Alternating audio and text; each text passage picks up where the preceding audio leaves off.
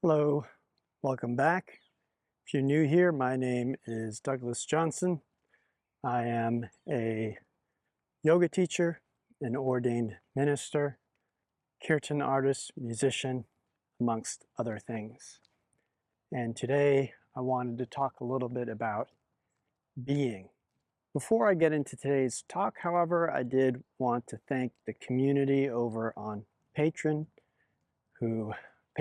who make these talks possible. These talks are a collaboration between that community and myself. They support me financially with a contribution monthly, and that allows me to offer these talks without any kind of paywall, which is important to me that they are available to all.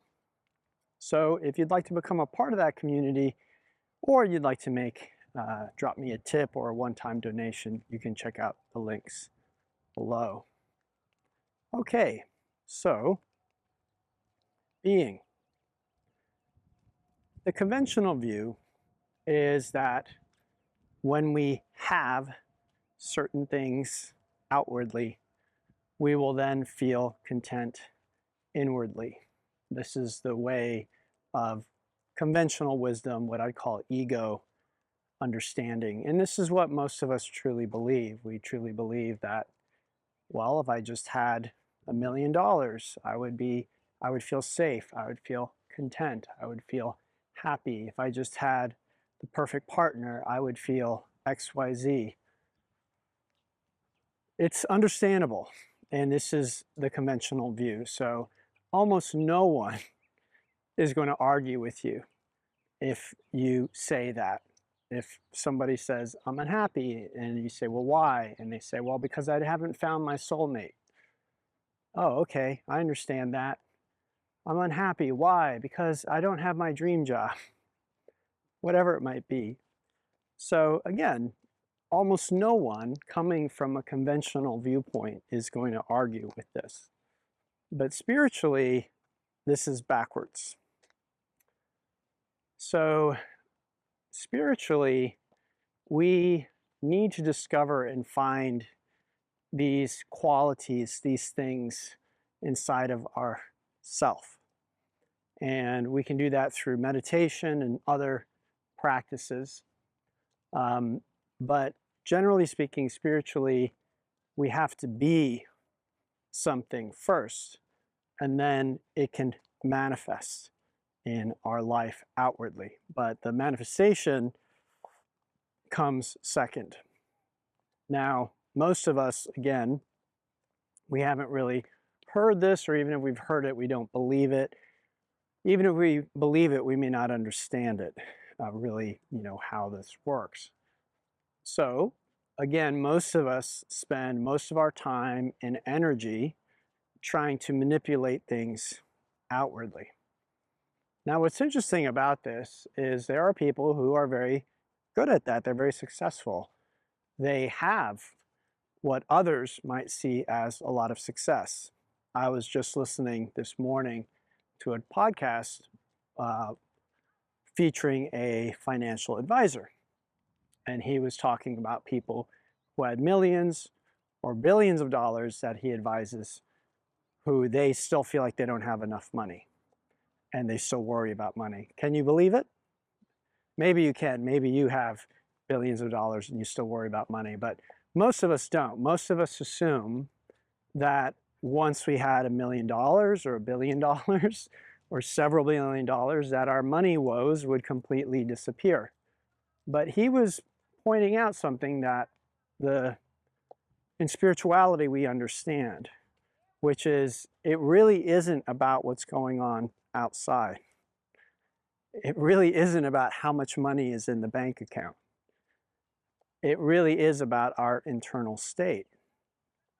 And so these people, it doesn't matter how many millions or billions that they acquire, they will never feel secure financially because of their mindset, because of their perspective, because of what's going on inside of them. On the other hand, You can travel to places like I've heard stories of people traveling to India. There are other places that people have traveled to and told me similar stories, that they go someplace where people are almost completely, from our perspective in the West, destitute, like they have hardly anything, and yet they're willing to share their dinner with a stranger, a Westerner who shows up in their village. They invite them to dinner. They have hardly anything, and yet they're generous and they seem happy. In fact, I heard something the other day about someone talking about when they traveled to a very impoverished part of the world, they saw people who, I think they were saying for the first time, that they had seen who were truly happy for the first time. Like they had never seen people that happy in the West, growing up in the West. Like these children and these people were just really, really, they had so much life and so much joy. And yet from our perspective, they were completely destitute. Like they just did not have anything from our perspective. So this points to what I wanted to discuss today, which is our beingness and our decision and our ability to decide to have certain things, to give ourselves certain things. And this is a little tricky because it's something I'm both familiar with and something that I am still learning about. And I'm learning a kind of a new nuance to it. But spiritually speaking, I've been aware of this for a very long time, that our beliefs, our thoughts, that they create our experience. Now, whether or not you want to believe that that actually changes what's out there, that's up to you. In my experience, there really is no out there out there. So whether it changes what we calling out there or not, I don't know. For me, it doesn't really matter, because as I pointed out, we can have so much money in the bank that we never have to worry about money again, and yet we're worrying about money. So which is more powerful, money in the bank or perspective? Obviously, perspective. Otherwise, everyone with a lot of money in the bank would not worry about money, but that's not what we see. Likewise, people with no money would be miserable or unhappy, but that's not what we see. Okay? So we tend to believe and think that until things change out there, I cannot change or alter in here.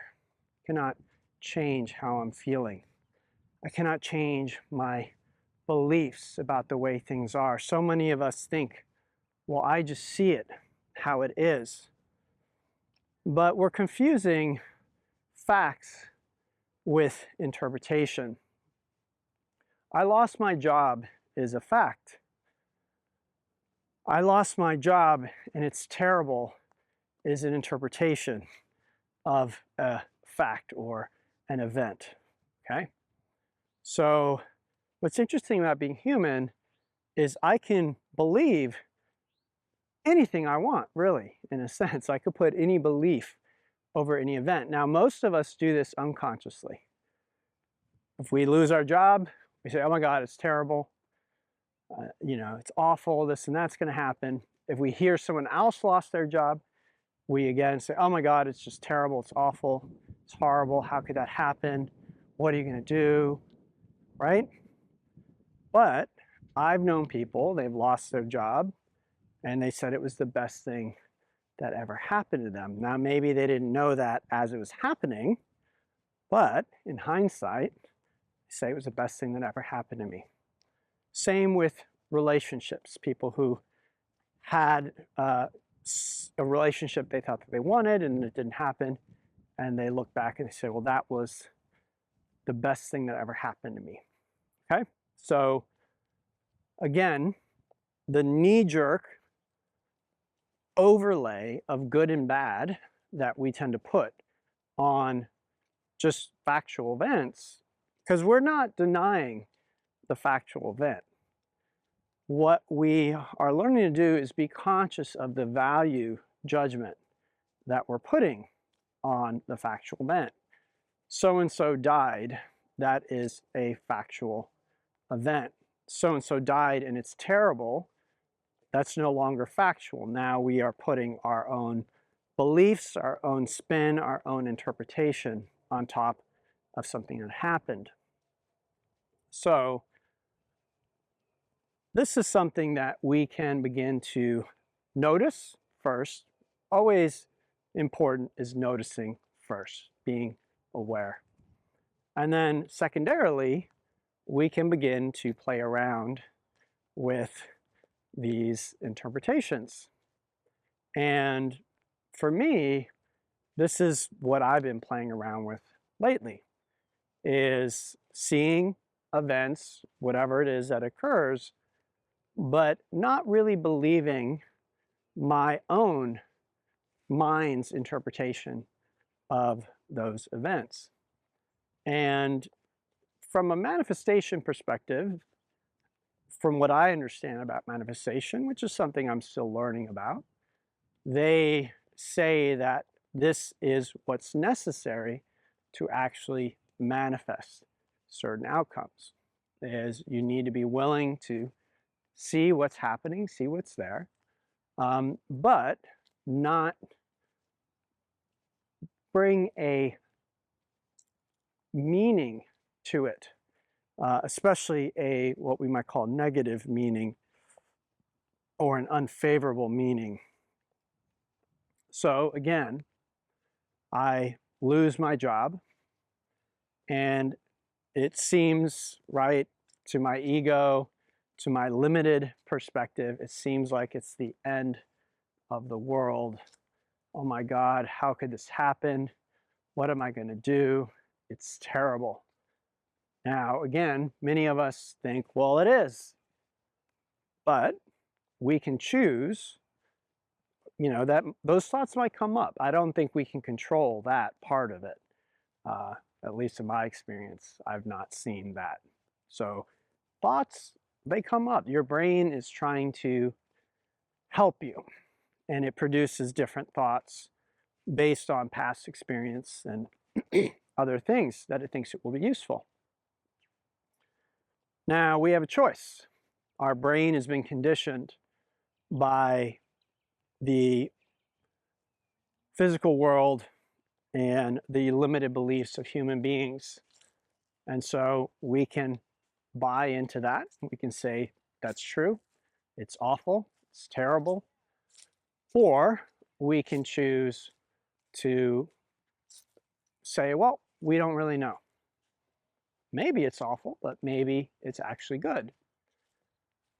And what's interesting, in a book that I read a long, long time ago, that was perhaps you could say my introduction to any sort of idea around manifestation, and this is an old one that many of you may be familiar with, Napoleon Hill's Think and Grow Rich.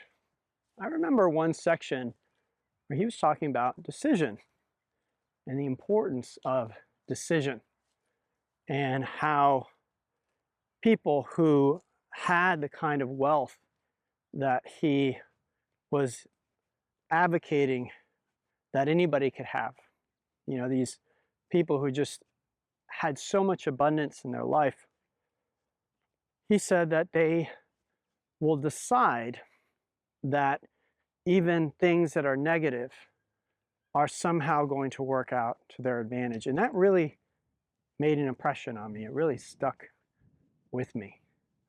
That somebody would interpret, they would choose to interpret what seemed like to conventional wisdom. They would interpret that, what seemed like a negative event, they would interpret that as somehow this is going to be positive for me in the long run. So it's something we can learn to do. It's something that we can train ourselves to do. And as I said, it's something that I'm working with in a more nuanced way. It's something I've been doing to a certain extent for a long time, but there are elements where I find myself still sort of believing the conventional story, believing the conventional viewpoint. And I've started to play around with questioning that. And what I can share at this stage is how I feel. And I just feel really great. I feel amazing. And this is a gift I find that I can give myself. At this stage, nothing in my life has really altered or changed. Everything is the same as it was. My income is the same. My friends are the same. My job is the same. Everything's the same. And yet I feel different. And this is, again, both something relevant to spirituality and to manifestation, because again, my understanding of manifestation is that you first must be different yourself. One thing that's commonly said is there's nothing to change but yourself. And this is something I've understood from a spiritual perspective for a very, very long time, which is again why I'm saying this is, in a sense, not anything new, but in another sense, I might have been viewing it from a less nuanced perspective. And it's possible that by bringing more nuance to this and perhaps more rigor, I can experience a whole new level of joy and peace in my life. The Course in Miracles, there's a section in it that points to what I'm talking about. I remember there's one section where it says very specifically, you do not yet guard your thoughts close enough. And I think a lot of what the Course in Miracles speaks about speaks to this concept or this idea that it basically says that what we believe or what we really want to believe is projected out into the world, and then we find evidence of it. It's an interesting idea because it's saying that on some level we are wanting, and I've made videos about this before where I think there's one passage where it says there's nothing that you can experience that you have not wanted to experience on some level. Now again, so many of us will just immediately say, no, that's not possible. I've got cancer. I don't want cancer. My father left. I didn't want him to leave. All this stuff, yes, I get it. This is, again, a conventional viewpoint. And this is not what spirituality is trying to point to. It's pointing to the deeper truth. We can decide that we want to believe the conventional view. There's nothing wrong with that. But that's just not what spirituality is about. And so spirituality, the deep questions might be, well, how come someone grows up with a happy home life and someone else doesn't? It doesn't really seem fair, does it? And so we can believe that life is not fair. Bad things happen to good people. We can believe, again, whatever we want to believe. But from a spiritual perspective, we might begin to wonder, maybe someone experiences hardship because on some level they are wanting to experience hardship. Bashar speaks to this as well, that he says that one very powerful thing you can do is to decide that whatever hardship you're going through, that you must believe is to your benefit right now. And what he's doing is really, really pointing out that just how powerful we are, which most of us don't want to believe. Most of us want to go on believing that we're very small, we're very limited, we're not powerful, and that we're victims. But this perspective is inviting us to say, I'm not a victim, and I am powerful. And whatever happens to me on some level, and again, not a conscious level, folks, okay? So if you're like, I would have never picked this or that, I get it.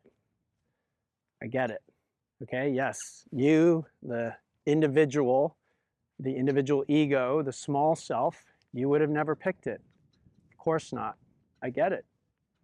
But what spirituality is teaching us is we're more than that. That we can pick things on different levels of understanding, being, that we can maybe pick something on a conscious level, an unconscious level, on a soul level, that certain things are perhaps karmic. Okay, so again, spirituality is never about how things seem on the surface. If you want to just look at things on the surface and believe that, then spirituality isn't really for you. That's not what it's about. It's always going to point to and see things as the surface level that we're experiencing here is only one level on which things are playing out. That there are deeper things or invisible things from our perspective that are also at play, that are causing certain things to happen. So personally, I take this kind of teaching to heart. And the reason I do is because I would love to believe, and I can't prove it, but I would love to believe that I have the power to truly change my experience if I want to, okay? And as long as I believe that there's something out there that I need to control or manage or fix, or that has control over me, then I can't do that, right? Sometimes I might be able to, other times I might not. It's very random. But what the law of assumption, what Bashar, A Course in Miracles, and other teachings are pointing to is they're saying, nope.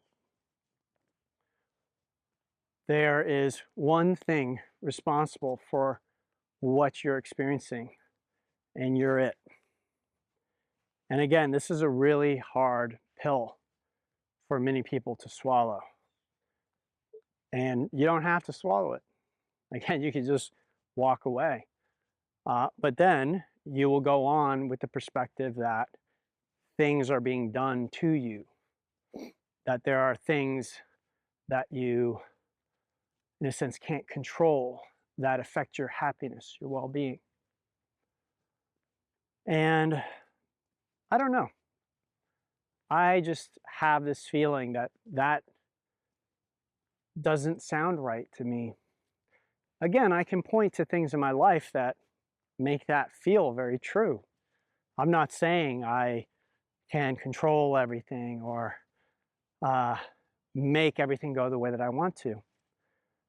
But lately I have been experiencing it's again a familiar thing. It's something I've experienced in the past. And yet I feel like it's something that's returned, and it's perhaps gone deeper than it had in the past, which again is this idea of finding what we want inside of ourselves, giving ourselves what we really want. And I can't say that I can explain exactly how to do it other than just, in a sense, doing it. I know that's not very helpful, I'm sorry.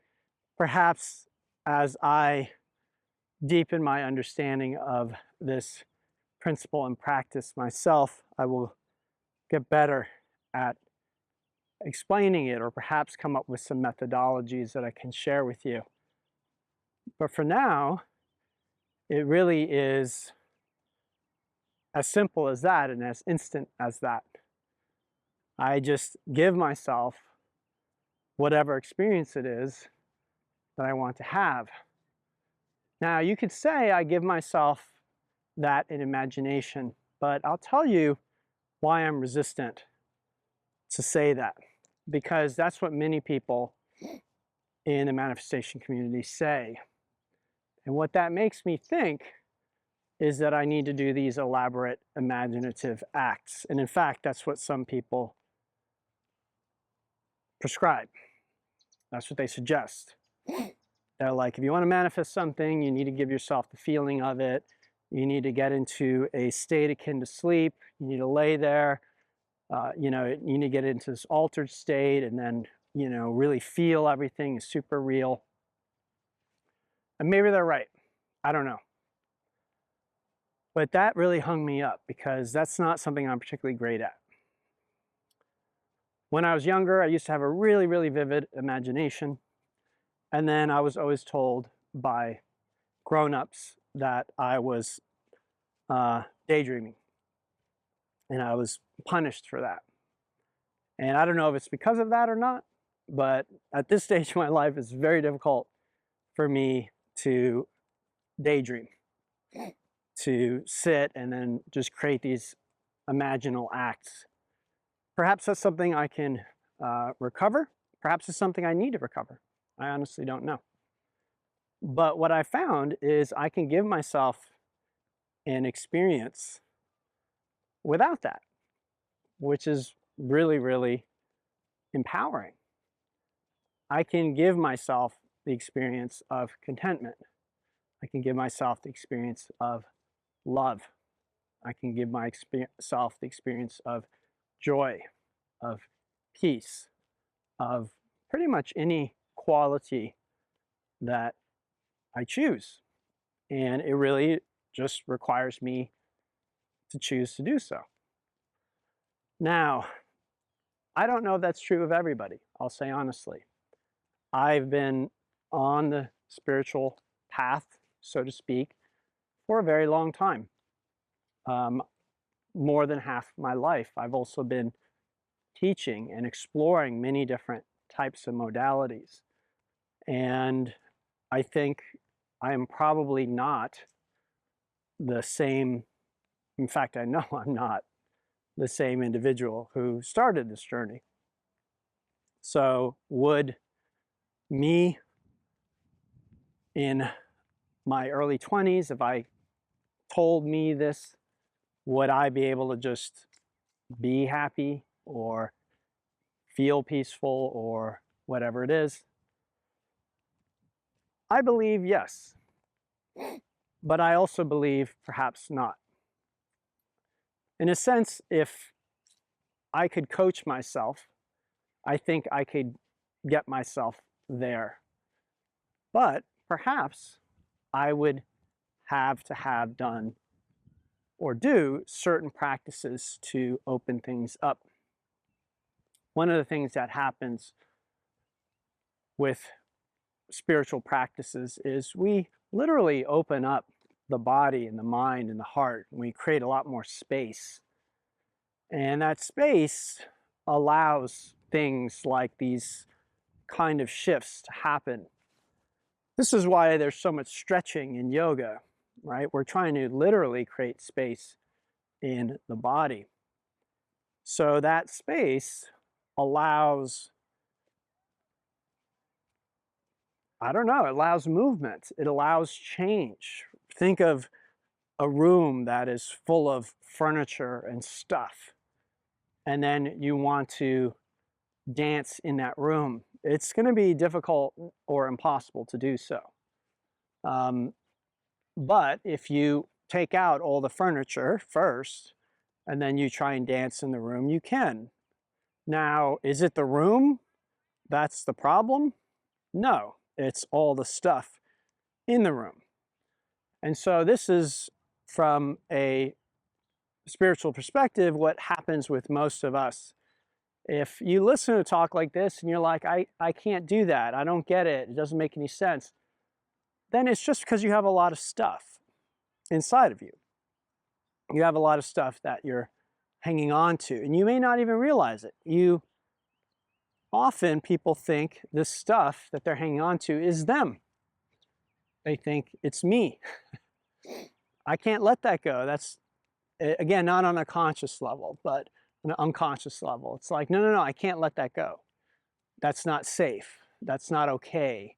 Whatever it might be, they're so closely identified that they feel that they will lose something, and that something is what we might call self. Well, when you've been practicing in creating space and releasing tension, over time, there can be a lot of space. And one of the things that affords you is that, again, there's a lot of room to dance and to play. And you might find that if you are like, I want to create this, that there's a lot of space and room to do that. Whereas someone who hasn't done that work, it's not that they're fundamentally different, they aren't. And this is, I think, the point that I'm trying to make here, is it's just the stuff. It's the density. It's the tension. It's the closed-mindedness. It's the clenching of the heart and the gut. And this idea that, no, I can't let go because either I don't know what will happen, or I feel like something really awful will happen, or I'll lose control, or something like that. And it's very understandable. This is why, for the vast majority of people, this work takes years, decades, maybe even lifetimes. And so it is what it is. If I had a secret formula, magic formula for speeding things up, I would give it to you. Some people claim to have that. In my experience, there are tools that we can use, but there's no one formula. Very often I find, certain teacher, they just kind of want to be like, well, just meditate and then this and that, or do this certain kind of work and all your problems will be solved.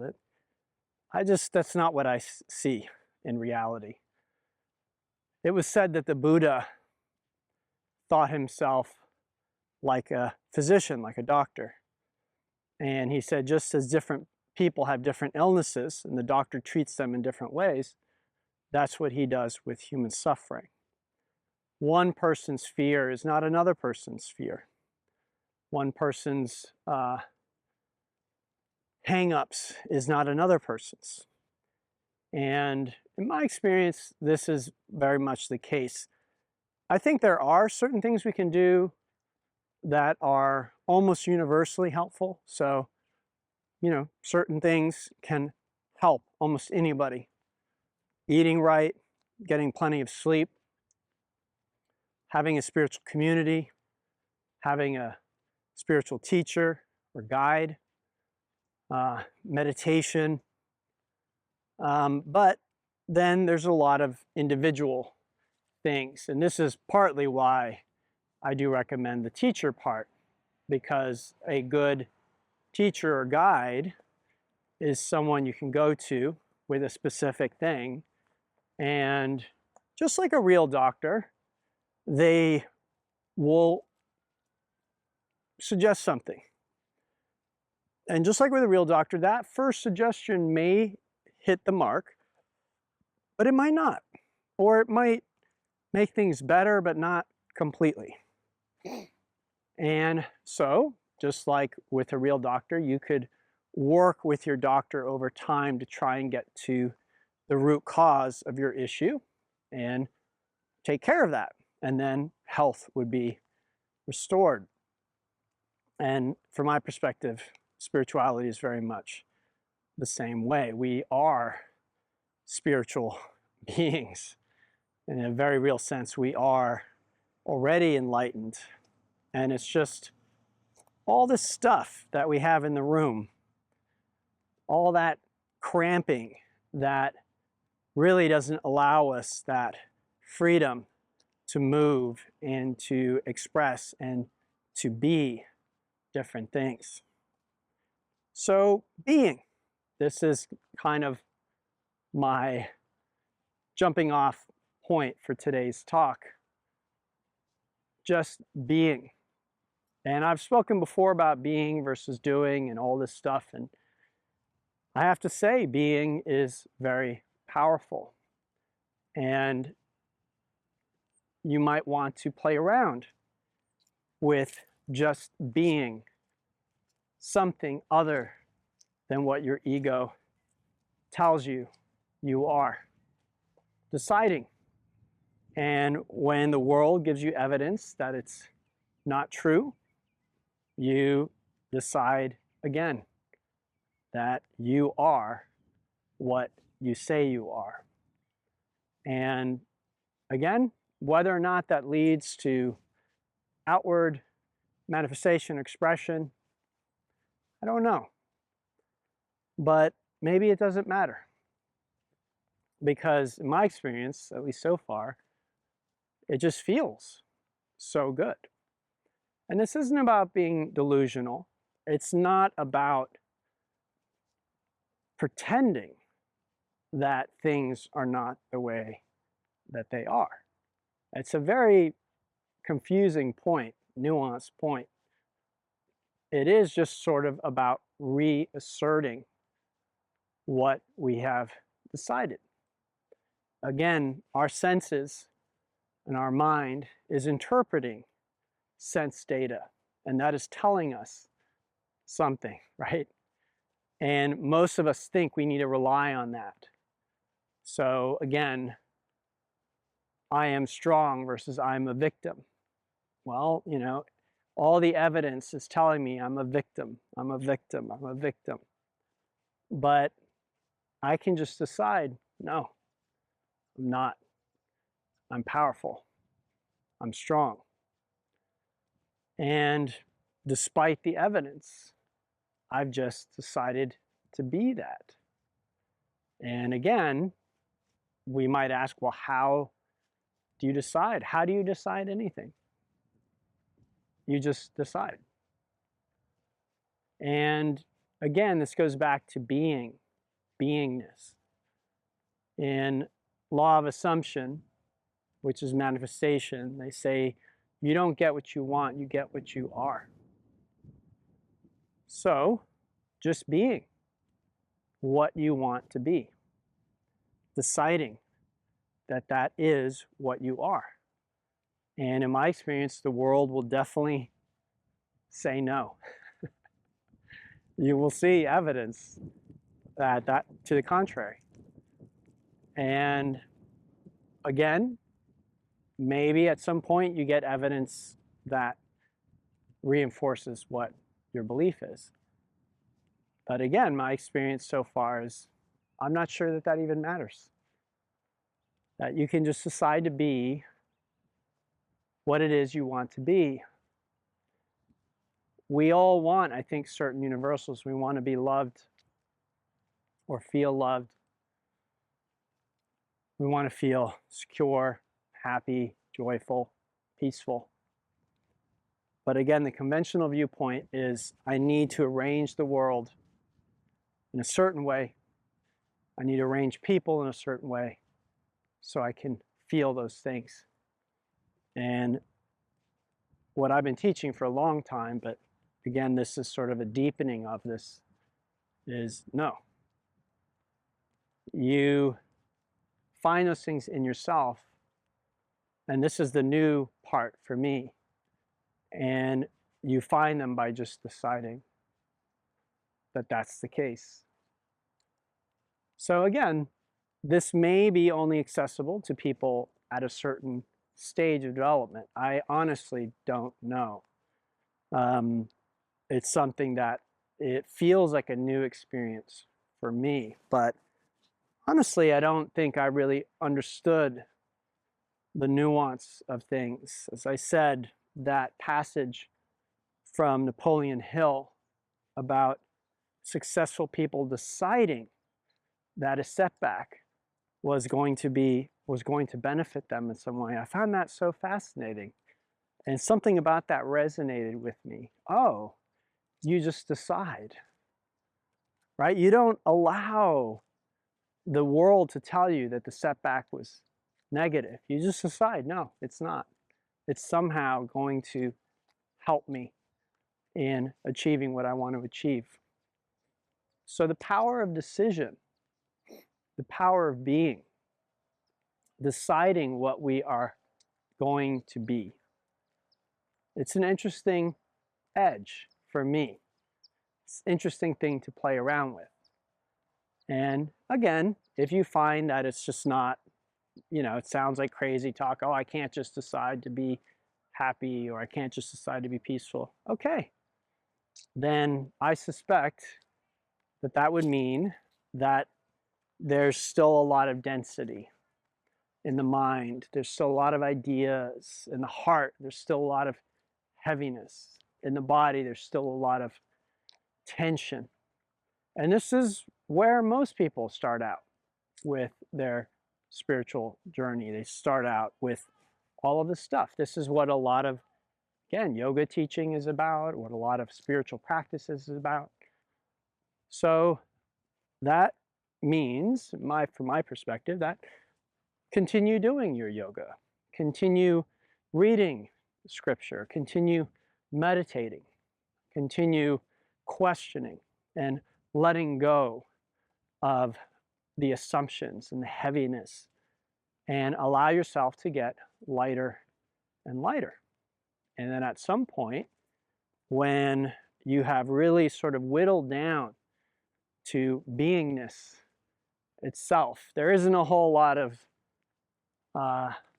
ego and heaviness and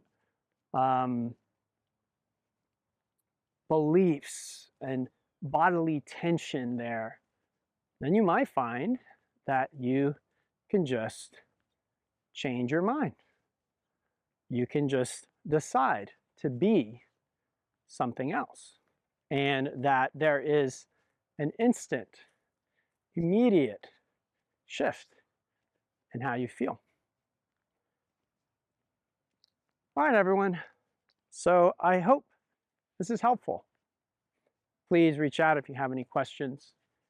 If you are on YouTube watching this for free, you can help quite a bit by giving the thumbs up, subscribing, commenting, sharing.